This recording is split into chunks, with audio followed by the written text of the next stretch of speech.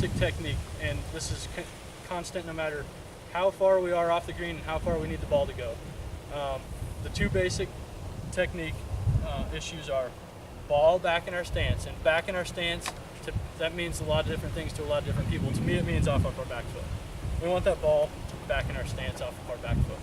And number two is hands forward, okay? Whether that be right in the middle of your body or whether that be out up towards your left thigh. Tom, for you, your right thigh since you're lefty. But same thing.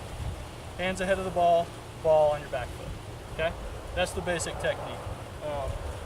As far as the stroke goes, I would much rather see a shorter backswing and an acceleration than a long backswing and a slowdown. A lot of times, you see that all the time. It's with good players and bad players. A big stroke with a slow downswing is going to cause flows. The balls might go a couple feet every once in a while. I know a couple of us have had some problems hitting it off the hosel. My plan wasn't necessarily to address that today, but mostly just basic technique.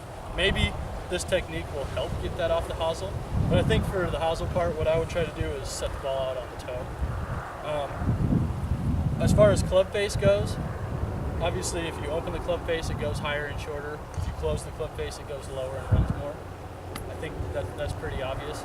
But what I want to see as far as making sure that we're aimed right, or making sure that, besides the ball back, hands forward, let's try to get that club face pretty square to the target, okay? Square to the target, when you put that ball way back in your stance, it's probably going to look hooded. It's probably going to look like it's pointing to the left, just because that ball is back in our stance. So keep that in mind. As I walk around watching you guys, I might check that out for you, where it might look like it's square to you, but to me it might look like it's open. I see that a lot. But just understand that the ball is probably going to go where the club face tells it to go.